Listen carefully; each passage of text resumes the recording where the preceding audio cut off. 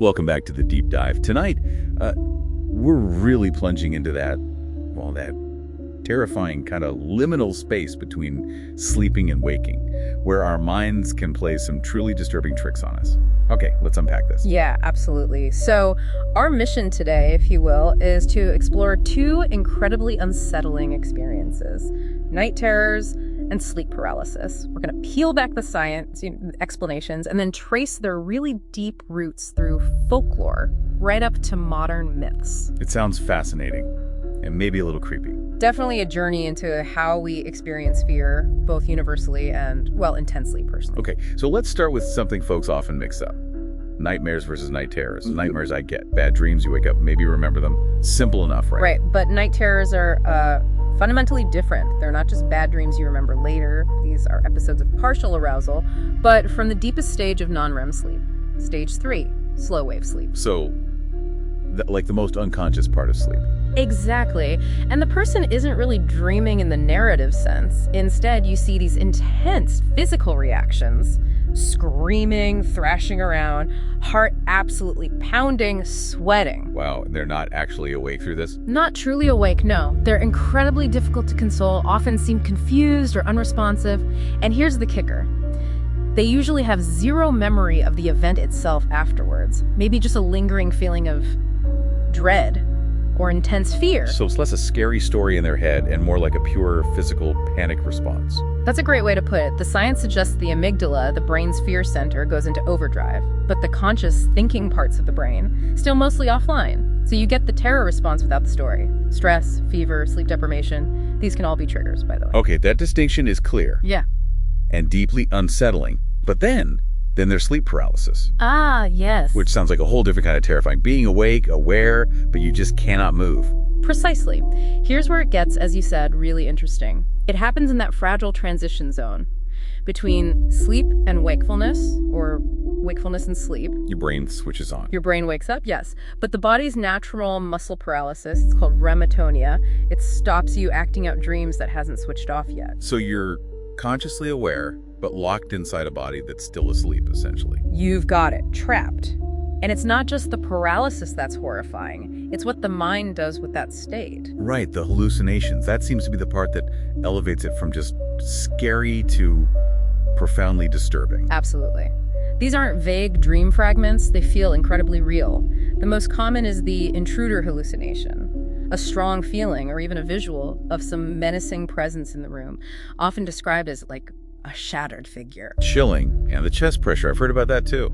Yes, the incubus phenomenon, historically, a sensation of immense weight on the chest, making it feel hard to breathe, like suffocation. And sometimes, less commonly, you get vestibular motor stuff, feeling like you're floating, spinning, or even having an out-of-body experience. So how does the science explain those additions, the intruders, the pressure? Well, think about it. Your conscious brain is awake, receiving sensory input, but it's getting a major error signal. I'm trying to move, but nothing's happening. Plus, you have the normal background noise of your sensory system. The brain tries desperately to make sense of this conflict. It generates a narrative, that paralysis and weird internal sensations.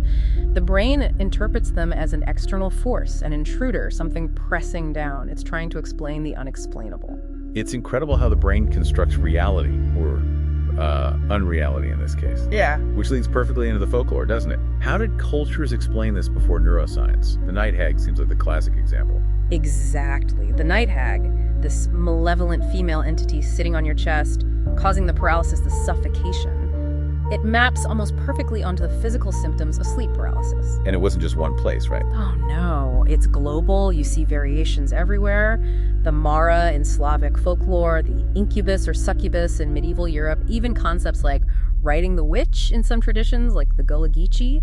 These stories provided a framework, a cultural explanation for a terrifying, seemingly supernatural experience. So, connecting the dots, how do these ancient interpretations, these hags and demons, connect to how people might interpret these experiences today? It's fascinating. The core experience hasn't changed, but the cultural lens has. Take modern alien abduction accounts, for example. Okay. I can see where this is going. Waking up paralyzed, check. Seeing strange, often humanoid figures, maybe grays, check. Feeling pressure, weird sensations, even floating, check, check, check. The symptoms align remarkably well with sleep paralysis, but the intruder is now interpreted as an extraterrestrial. Modern myth for an ancient terror. Precisely.